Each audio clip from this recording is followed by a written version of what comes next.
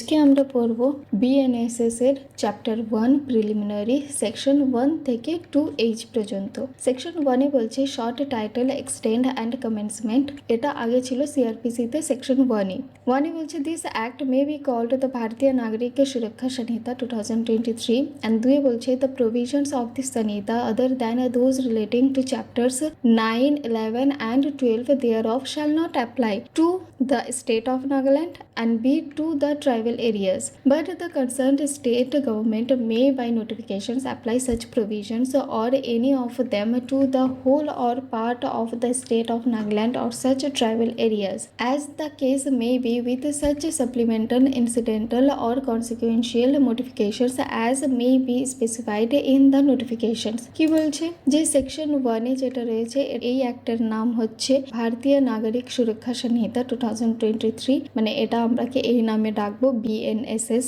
এর মধ্যে এক্সেপশন দিয়ে রেখেছে সাব ক্লজ 2 তে কি এর যে প্রভিশনটা রয়েছে এটা অ্যাপ্লাই হবে না কোথায় কোথায়, স্টেট অফ নাগাল্যান্ডে অ্যাপ্লাই হবে না অ্যান্ড ট্রাইবাল এরিয়াজের অ্যাপ্লাই হবে না।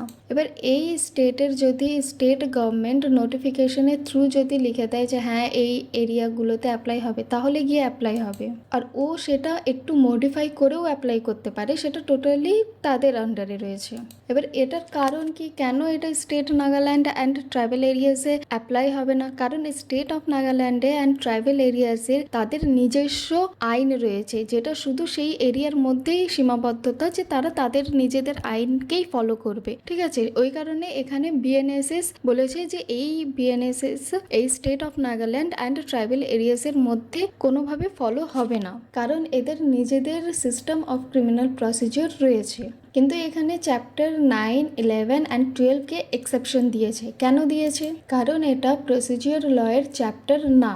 এবার সবাই এখানে মুখস্থ করে নেয় যে এই চ্যাপ্টারগুলো লাগে, কেন সেটা কেউ বলে না, কিন্তু এখানে আমি বলবো কেন এটা লাগে। কারণ এই তিনটে চ্যাপ্টার প্রিভেন্টিভ প্রভিশনসকে রিপ্রেজেন্ট করে, চ্যাপ্টার 9, চ্যাপ্টার 11 অ্যান্ড চ্যাপ্টার 12। কারণ প্রসিজিওর যেটা হয় সেটা ক্রাইম হওয়ার পরে অ্যাক্টিভেট হয়। ঠিক আছে, মানে কেউ চুরি, ডাকাতি, খুন খারাপা করে নিল, তার উপরে গিয়ে এবার ট্রায়াল শুরু হবে, মানে প্রসিজিওরটা শুরু হবে কোর্টের। ঠিক আছে, তো এই তিনটে যে চ্যাপ্টার আছে, এই তিনটে চ্যাপ্টার এরকম কথা বলে যে ক্রাইম এখনো হয়নি, তার আগের যে ঘটনাটা সেই ঘটনার উপরে কথা বলে। তাই নাগাল্যান্ড অ্যান্ড ট্রাইবাল এরিয়াসের নিজেদের ক্রিমিনাল প্রসিজিওর রয়েছে, তাদের নিজস্ব আইনি বুক রয়েছে, তাই সেখানে আমাদের BNSS কোনো কাজে লাগবে না বা ওরা কাজে লাগাবে না, তারা অ্যাপ্লাই করবে না। কিন্তু যেহেতু এই তিনটে চ্যাপ্টার ক্রিমিনাল প্রসিজিওরের কথা বলছে না, তার আগের ঘটনার কথা বলছে, তাই এই তিনটে চ্যাপ্টার অ্যাপ্লাই হবে। এবার যদি স্টেট গভর্নমেন্ট নোটিফিকেশন বের করে যদি বলে দেয় যে হ্যাঁ ঠিক আছে নাগাল্যান্ড অ্যান্ড ট্রাইবাল এরিয়াসে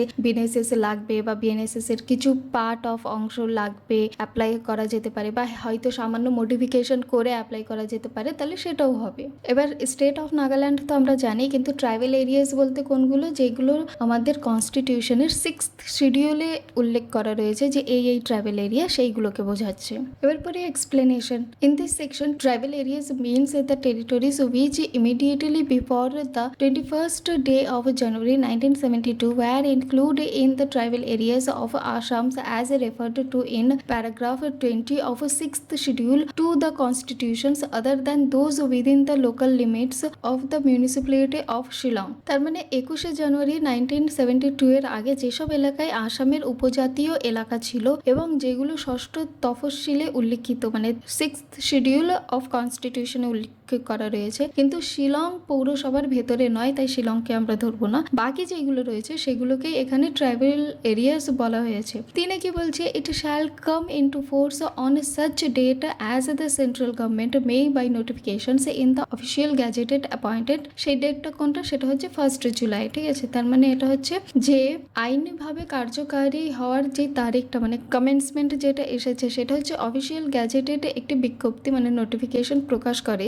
যেই তারিখে নির্ধারণ করবে সেই তারিখ থেকে ভারতীয় নাগরিক সুরক্ষা সংহিতা কার্যকর হবে। আর সেটা স্টার্ট হয়েছে আমাদের 1 জুলাই থেকে। ঠিক আছে, এবার আসি ডেফিনেশন পার্টে, সেকশন 2 তে। সেকশন 2 এর সাবসেকশন 1 এ বলছে, in this Sanhita unless the context otherwise requires a audio video electronic means shall includes use of any communications device for the purposes of video conferencing, recording of process of identifications, search and and seizures or evidence, transmissions of electronic communications, and for such other purpose and by such other means as the state government may by rules provided. এবার দেখো এখানে আমি audio video electronic মিনসটাকে আমি green করে রেখেছি, কারণ এই যে লাইনটা ছিল এটা আগে আমাদের সিআরপিসিতে কিন্তু উল্লেখ করা ছিল না, এটা এখন নিউ বিএনএসএস এ অ্যাড করা হয়েছে, তাই এটা আমি গ্রিন করে দিয়েছি। ঠিক আছে, আর তোমরা আমার নোটিসে পেয়ে যাবে যে যে কটা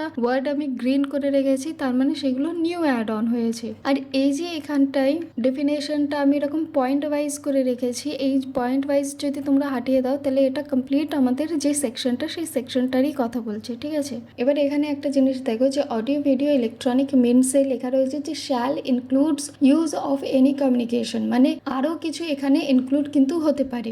এবার বলছে ভিডিও কনফারেন্সিং, মানে ভিডিওতে যে আমরা কথা বলি, রেকর্ডিং অফ প্রসেস আইডেন্টিফিকেশনস, মানে অন্য কোনো এভিডেন্স আমরা রেকর্ড করে নিয়েছি, search and seizure of evidence, কোনো ঘরে ঢুকে যখন আমরা সার্চ করি বা কোনো কিছু সিজ করে নিই সেটার এভিডেন্স। এবার সেই টাইমে যখন আমরা ভিডিও রেকর্ড করি যে কী কী সিজ করলাম বা কোথায় কোন দেয়ালে কী দাগ ছিল সেইগুলো যে আমরা ভিডিও রেকর্ডিং করি। ট্রান্সমিশন অফ ইলেকট্রনিক কমিউনিকেশন মানে হচ্ছে এই দিক থেকে আমরা ওই দিকে যখন ডেটা পাঠাই বা অন্য দিক থেকে আমাদের কাছে যখন ডেটা আসে। আর কি রয়েছে যে such other purposes and by such other means as the state government may provide by rules. এবার এখানে স্টেট গভর্নমেন্টকে কেন পাওয়ার দিয়েছে? এবার যে আমাদের শিডিউল 7 রয়েছে, কোন 7th শিডিউল? বিএনএসএস এ তো খালি দুটোই শিডিউল রয়েছে, তাহলে এখানে কোন শিডিউলের কথা বলছে? এখানে বলছে যে কনস্টিটিউশনের 7th শিডিউল। তো এটা কনকারেন্ট লিস্টের কথা বলছে যেটা আমাদের কনস্টিটিউশনে 7th শিডিউলে দেওয়া রয়েছে। এবার কনকারেন্ট লিস্টে দেওয়া রয়েছে ক্রিমিনাল প্রসিডিওর। এবার ওখানে সেন্ট্রাল গভর্নমেন্টও রুল বানাতে পারে, আবার স্টেট গভর্নমেন্টও রুল বানাতে পারে। এবার এখানে স্টেট গভর্নমেন্টকে পাওয়ার এই কারণে দিয়েছে কারণ স্টেট গভর্নমেন্ট জানে না ভাই যে আমার রাজ্যে পুরো কি চলছে না চলছে, কার কাছে কতটা কি ক্ষমতা আছে, কার কতটা ক্যাপাবিলিটি আছে, কার কাছে কতটা ডিজিটাল নলেজ আছে, কে কতটা ডিজিটালি ইউজ করছে, যারা পুলিশ রয়েছে তাদের কাছে কতটা টেকনোলজি রয়েছে, যারা সাইবার পুলিশ রয়েছে তাদের কাছে কতটা টেকনোলজি রয়েছে। এবার যারা পুলিশ হয় তারা তো স্টেট গভর্নমেন্টেরই হয়। এবার তো পুলিশ ওই কারণে স্টেট গভর্নমেন্টের পাওয়ার দেওয়া রয়েছে, যে তাই স্টেট গভর্নমেন্টের কাছে পাওয়ার রয়েছে যাতে স্টেট গভর্নমেন্ট দেখবে যে আমার কাছে কতটা ক্ষমতা রয়েছে এই অডিও ভিডিও ইলেকট্রনিক্সকে সামলানোর জন্য। এবার তারা ডিসাইড করবে যে কতটা আমরা এটাকে ইউজ করতে পারি কোনো কিছু ইনভেস্টিগেশন করার জন্য, এভিডেন্স নেওয়ার জন্য, কতটা ইলেকট্রনিকলি এইগুলোকে ইউজ করা যাবে। তো অডিও ভিডিওর মধ্যে এইগুলো পয়েন্ট তো আসবেই, আর যদি স্টেট গভর্নমেন্ট আলাদা করে কিছু যদি রুল বানায় বা অ্যাড করে সেটাও হবে। এবার পরি 2(1)(b)তে রয়েছে bail. Bail means release of a persons accused of or suspected of commissions of an offence from the custody of law upon certain conditions imposed by an officer or court and executions by such persons of a bond or a bail bond। মানে এবার তোমরা দেখো এটাও আমি সবুজ করে রেখেছি কারণ এটা আগে সিআরপিসিতে ছিল না, মানে আলাদাই ব্যাপার যে সিআরপিসিতে বেল কথাটার উল্লেখ মেনশন ছিল না, কিন্তু এই বিএনএসএস এ তারা অ্যাড করে দিয়েছে। এবার বেল বলতে মোট কথা বোঝাচ্ছে যে টাকা দিয়ে দাও আর চলে যাও, তুমি ছাড়া পেয়ে যাবে। এবার দেখা যাচ্ছে যে তুমি বেল নেওয়ার জন্য তুমি কোর্টকে টাকা জমা দিয়েছো, জমা দেওয়ার পরে তুমি বাইরে বেরিয়ে তুমি পালিয়ে গেলে, ঠিক আছে। এবার তুমি ভাবো তুমি যদি ইনোসেন্ট, ঠিক, তো তুমি ইনোসেন্ট, তুমি কোনো ক্রাইম করোনি, তাহলে তুমি কোর্টের কাছে এসে লড়বে না যে হ্যাঁ ঠিক আছে আমি কেস লড়তে চাই, আমি কোনো ক্রাইম করিনি, আমার টাকা আমাকে রিটার্ন করে দাও। এবার তুমি যদি বাইরে বেরিয়ে বেল নিয়ে যদি তুমি পালিয়ে যাও তাহলে তো ওখানে একটা সন্দেহ যাবে যে তুমি তাহলে পালালে কেন, তুমি জানো যে তার মানে তুমি ক্রাইম করেছো, তার কারণে তুমি পালিয়ে গেছো। তাই এখানে যে লাস্ট লাইনে রয়েছে যে court on executions by such persons of a bond or bail bond, তো এই বন্ড অ্যান্ড বেল বন্ড এর পরেও রয়েছে, তো আমরা সেখানে গিয়ে বুঝবো যে বন্ড কি বলছে আর বেল বন্ড কাকে বলছে। ঠিক আছে, মোট কথাই হচ্ছে যে জামিন মানে সম্পূর্ণ মুক্তি নয়, শর্ত মেনে আইনগত হেফাজত থেকে অস্থায়ীভাবে মুক্তি। মোট কথা হচ্ছে যে তুমি কোনো ক্রাইম করেছো, এবার তো আদৌ সেটা তুমি করেছো কি তুমি করোনি তার উপরে একটা সিকিউরিটি মানি কোর্টকে জমা দিতে হয় আর তার বেসিসে তোমাকে বেল দেওয়া হয়। এবার পুলিশ বা আদালত সেই শর্ত নির্ধারণ করতে পারে এবং যার জন্য তোমাকে বন্ড বা জামিন বন্ড দেওয়া বাধ্যতামূলক থাকে, সেটা আমরা পরে বুঝবো। এবার পড়ি সিতে বলছে বেলেবল অফেন্স, মানে এটা আগে ছিল সেকশন 1(c)তে CrPC, means an offence which is shown as bailable in the first schedule or which is made bailable by any other law for the time being in force, and non-bailable offence means any other offence. এবার bailable offence বলতে মানে বোঝায় যে জামিনযোগ্য অপরাধ, মানে তুমি এমন কোনো ক্রাইম করেছো যেটা নর্মাল, মানে ছোটখাটো, কাউকে চর মেরেছো বা কোনো রকম কারোর সাথে মানহানির কেস হয়ে গেছে, বা ফার্স্ট শিডিউল বা অন্য আইনে যদি জামিনযোগ্য বলা থাকে মানে বেলেবল, মানে না হলে নন বেলেবল, তাহলে সেটা হবে বেলেবল অফেন্স, ছোটখাটো অপরাধ। মানে যদি তুমি ছোটখাটো অপরাধ করে থাকো তাহলে সেটা হবে বেলেবল অফেন্স। এবার পড়ি ডিতে, bail bond means an undertaking for release with surety. মানে এবার বেল বন্ড বলতে কি হচ্ছে, উইথ সিউরিটি, মানে ধরো এ আছে আর সি তার সিউরিটি নিচ্ছে, তো সি বলছে যে এ কোর্টে অ্যাপিয়ার হবে এই ডেটে, ঠিক আছে, তাহলে এটা কে সিউরিটি নিচ্ছে, এটা সি সিউরিটি নিচ্ছে কার এগেনস্টে, এর এগেনস্টে, যে আমি একদম গ্যারান্টি দিয়ে বলছি যে এ এই কোর্টে আসবেই আসবে, তো আমি গ্যারান্টি নিচ্ছি। তো এ যদি সেই দিনে কোর্টে অ্যাপিয়ার না হয় তাহলে কে টাকা ভরবে, সি টাকা ভরবে, তাহলে এখানে সিউরিটি ইনভলভ হচ্ছে, তাহলে এটা হচ্ছে বেল বন্ড। আর বন্ড কাকে বলছে, bond means a personal bond or an undertaking for release without surety. তাহলে এখানে কোনো বি বা সি কেউই নেই, তো সে নিজেই তার আন্ডারটেকিং নিজেই নিচ্ছে যে আমি নিজের দায়িত্ব নিজে নিচ্ছে, আর সে নিজের হয়ে যে সিকিউরিটি কোর্টকে দিচ্ছে সেটা হচ্ছে বন্ড। তাহলে এখানে বেল বন্ডের একবার উদাহরণ পড়ি, যে অভিযুক্তের সঙ্গে একজন বা একাধিক জামিনদার থাকে, জামিনদার অভিযুক্তের উপস্থিতির দায় নেয়, ঠিক আছে, মানে এখানে একজন কেউ থাকে যে সে নিজে আন্ডারটেকিং হয়ে তার দায়িত্ব নিচ্ছে। আর বন্ডে কি হচ্ছে যে শুধুমাত্র অভিযুক্ত নিজেই, মানে যে অ্যাকিউজড পারসন সে নিজেই দায়িত্ব নেয়, কোনো জামিনদার এখানে কিন্তু প্রয়োজন হয় না। এবার পড়ি এফ। এফ এ রয়েছে চার্জ। এবার দেখো আগে কিন্তু সিআরপিসিতে 2F এ ছিল ইন্ডিয়ার ডেফিনেশন, কিন্তু এখন বিএনএসএস এ বইয়ে ইন্ডিয়ার যে ডেফিনেশন সেটা টোটালি বাতিল করে দিয়েছে, আর সেই জায়গায় চলে এসেছে চার্জ। আর চার্জ আগে সিআরপিসি বইয়ে ছিল 2B তে। তাহলে পড়ি, includes any head of charge when the charge contains more heads than one. এবার ধরো যে এ পুলিশ স্টেশনে এসে বলছে যে বি এই ক্রাইম করেছে, এবার সেই ক্রাইমটা কগনিজেবল অফেন্সও হতে পারে, নন কগনিজেবল অফেন্সও হতে পারে, যাই হোক কিছু একটা হয়েছে। এবার যদি কগনিজেবল অফেন্স হয় তাহলে পুলিশ নিজেই সেইটার রিপোর্টটা নিয়ে নেবে এবং একটা লিস্ট বানাবে যে বি কি কি ক্রাইম করেছে। এবার পুলিশ সেটার একটা চার্জের লিস্ট বানাবে 1 2 3 4 করে এরকম। এবার যখন ও ক্রাইমের লিস্ট বানাবে দেখা যাচ্ছে যে এ পুলিশ স্টেশনে গিয়ে বললো যে বি আমার বাড়িতে এসে আমার গাড়ি চুরি করলো এবং খুব জোরে ড্রাইভিং করে একজনকে রাস্তার উপরে উড়িয়ে দিল, উড়িয়ে দিয়ে চলে গেল। তাহলে এখানে পুলিশ কি কি সেকশন লাগাবে, যে তাহলে পুলিশ এখানে ট্রেসপাসের সেকশন লাগাবে, থেফটের সেকশন লাগাবে, তারপরে যে রাশ ড্রাইভিং করেছে তার সেকশন লাগাবে, তারপরে একজনকে যে অ্যাক্সিডেন্ট করে মেরে ফেলেছে তার সেকশন লাগাবে। তো এই যে সেকশনগুলো হচ্ছে এগুলো হচ্ছে চার্জ। তাহলে এইভাবে যতগুলো বি অফেন্স করেছে এই সবগুলোর চার্জ পুলিশ লাগিয়ে দেবে। তাহলে চার্জ মোট এতটুকু বোঝে না যে কোন কোন সেকশনে তুমি সামনের জনকে চার্জ করছো।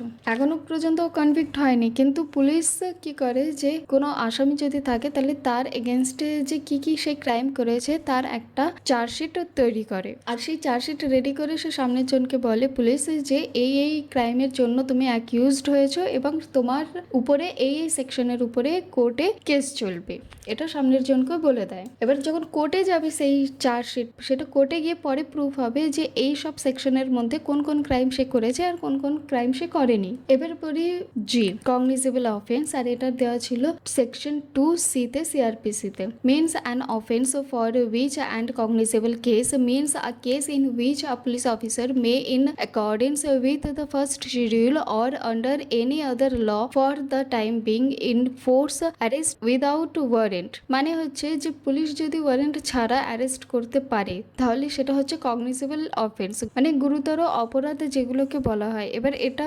কগনিজেবল অফেন্স মানে হচ্ছে যেগুলো হচ্ছে গুরুতর কোনো ক্রাইম যেখানে বেল পাওয়া যায় না। দেখবে সিআরপিসি বা বিএনএসএস পড়তে গিয়ে মোট আমরা 4টে টার্ম পাবো, একটা হচ্ছে বেলেবল অফেন্স, একটা non bailable offence, cognizable offence and non cognizable offence. এবার এই 4টেই কিন্তু একে অপরের সাথে রিলেটেড। কেমন, বেলেবল অফেন্স যেটা হবে সেটা হবে non cognizable offence and non bailable offence যেটা হবে সেটা হবে কগনিজেবল অফেন্স। মানে কগনিজেবল হচ্ছে গুরুতর ক্রাইম, আমি কোনো একজনকে মার্ডার করে দিলাম, তাহলে আমি কি করলাম, আমি কগনিজেবল অফেন্স করলাম। তার মানে এটা কার সাথে রিলেটেড, এটা নন বেলেবল অফেন্সের সাথে রিলেটেড। মানে আমি যেহেতু গুরুতর ক্রাইম করেছি যার কারণে আমি বেল পাবো না।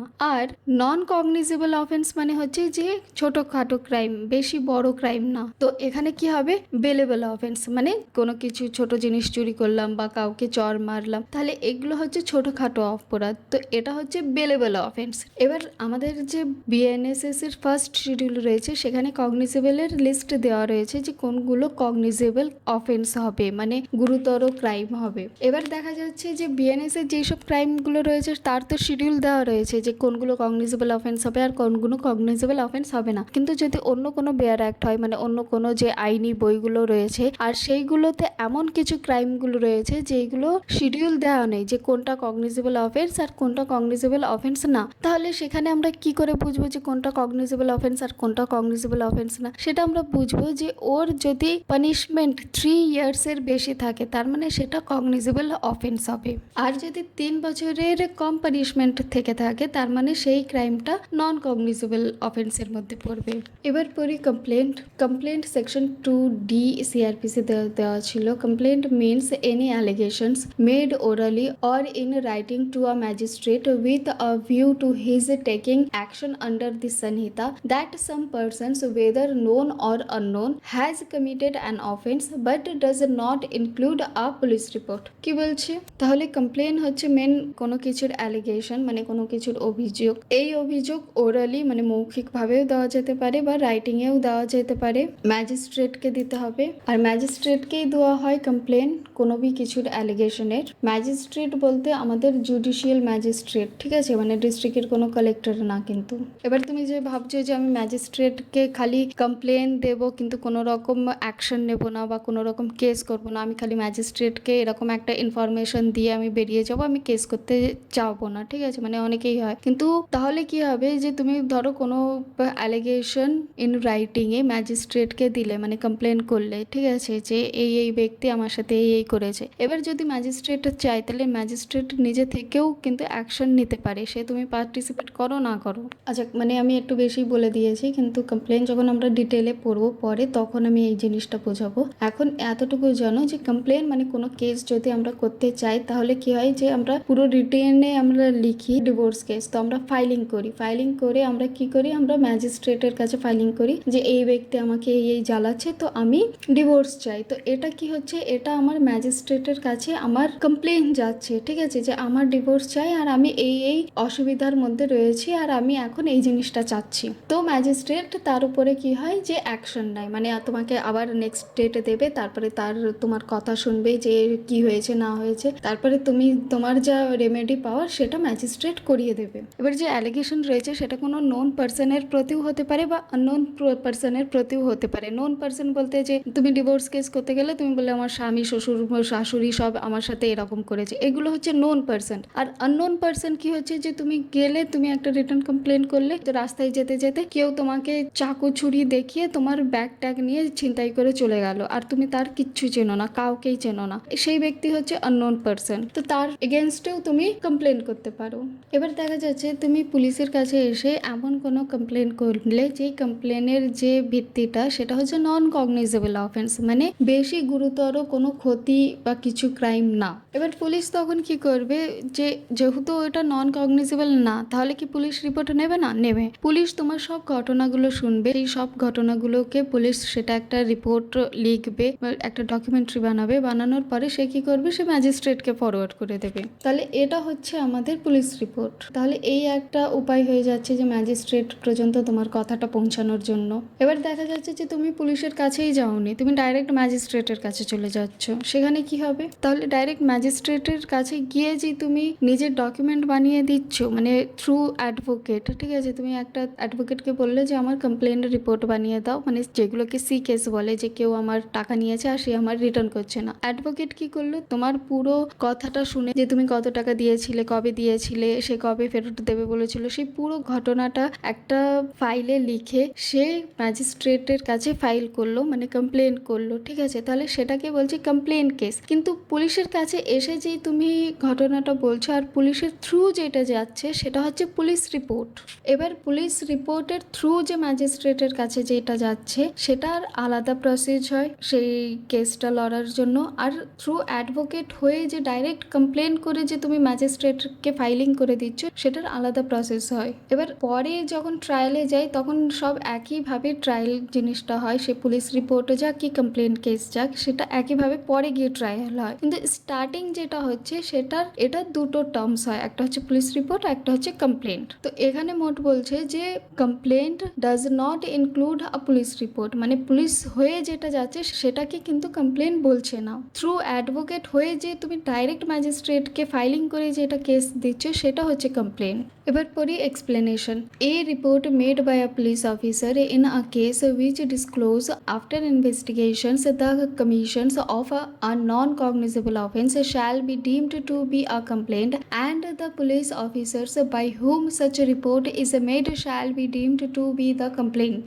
এবার এই কমপ্লেন্টের মধ্যে যে এক্সপ্লেনেশন রয়েছে সেটা ডিমড কমপ্লেন্টের কথা বলছে। কেমন এবার বোঝো এই এক্সপ্লেনেশনে। ধরো এ পুলিশ স্টেশনে গিয়ে বলল যে অফিসার বি না এই ক্রাইম করেছে, ঠিক আছে, মানে কগনিজেবল অফেন্সে বলে দিল যে এই মার্ডার সব কিছু বি করেছে। এবার পুলিশ কি করলো, ইনভেস্টিগেশন চালু করলো। এবার ইনভেস্টিগেশন চালু করলো কি ভেবে, যে গুরুতর ক্রাইম হয়েছে। এবার যখন ইনভেস্টিগেশন হলো তখন দেখা যাচ্ছে যে না, এটা মিথ্যা কথা, এটা কোনো রকম সে কাউকে মার্ডার, মানে বি কাউকে মার্ডার করেনি, কিছু করেনি, কোনো গুরুতর ক্রাইম করেনি, এটা হচ্ছে নন কগনিজেবল অফেন্স, মানে ছোটখাটো অপরাধ যে সহজেই ও ছাড়া পড়ে যাবে। এবার যেহেতু পুলিশ অফিসার একটা নন কগনিজেবল অফেন্সের ইনভেস্টিগেশন শুরু করে দিয়েছে, তো তাকে তো ম্যাজিস্ট্রেটকে রিপোর্ট দিতেই হবে, তাকে সবকিছু যে ডিটেলস রয়েছে যে ইনভেস্টিগেশন করেছে সেগুলোর রিপোর্ট দিতে হবে। তো এখানে পুলিশরা এরকমও হতে পারে যে সে একে বলল যে হয় না অনেক সময় টিভিতে দেখায় যে কমপ্লেন করতে আসে, তাকে বলে যে এক কাজ করো তুমি এই আরো 4-5টা আরোপ লাগিয়ে দাও, আমি এভিডেন্স জোগাড় করে নেবো, তারপরে বি কে ফাঁসিয়ে দেবো আর বি জেলে চলে যাবে, আমাদের লাভ হয়ে যাবে, তুমি আমাকে টাকা দিয়ে দিও। তো এই যে জিনিসগুলো যাতে না হয় তাই এই ডিমিং প্রভিশনটা রয়েছে, যাতে পুলিশরা এরকম কিছু করতে না পারে। এবার যেহেতু পুলিশ ইনভেস্টিগেশন শুরু করে নিয়েছে আর পরে দেখা যাচ্ছে যে এটা একটা নন কগনিজেবল অফেন্স, তো সেই ক্ষেত্রে কি হবে, যে কমপ্লেনটা হয়েছে সেটা পুলিশ রিপোর্ট নয়, অ্যাজ আ কমপ্লেন্ট হিসাবে ধরা হবে, আর যে পুলিশ অফিসার ইনভেস্টিগেশন করছিল তাকেই অ্যাজ আ কমপ্লেনেন্ট হিসাবে দেখা হবে। ঠিক আছে, মানে সাধারণভাবে যে পুলিশ রিপোর্টটা হয়েছে, মানে এ তো ডাইরেক্ট ম্যাজিস্ট্রেটকে এসে বলেনি, মানে থ্রু কোর্ট এসে অ্যাডভোকেট ধরে কিছু কমপ্লেন করেনি, এ গেছে পুলিশ স্টেশনে, তাহলে এটা হবে পুলিশ রিপোর্ট। কিন্তু এটা পুলিশ রিপোর্ট হওয়ার, যেহেতু এটা কগনিজেবল অফেন্স না, তাই এটা আর পুলিশ রিপোর্ট হবে না, এটা হবে কমপ্লেন্ট। যদি তদন্তের শেষে দেখা যায় যে এই অপরাধটি একটা নন কগনিজেবল ছিল, তাহলে পুলিশ রিপোর্ট হয়ে যাবে, কমপ্লেন্ট হিসাবে ধরা হবে, আর পুলিশ অফিসারকে অ্যাজ আ কমপ্লেনেন্ট হিসাবে ধরা হবে। এবার কেন এই ব্যাখ্যা গুরুত্বপূর্ণ, কারণ নন কগনিজেবল অফেন্সের ক্ষেত্রে ম্যাজিস্ট্রেটের আদেশ ছাড়া পুলিশ অফিসারের পদক্ষেপ নিতে পারে না, তাই আইন এই আইনগতকে কল্পনা বলে, ডিমিং প্রভিশনস বলে, মানে এটা তৈরি করেছে যাতে মামলার যে কার্যক্রম চলতে পারে। ঠিক আছে।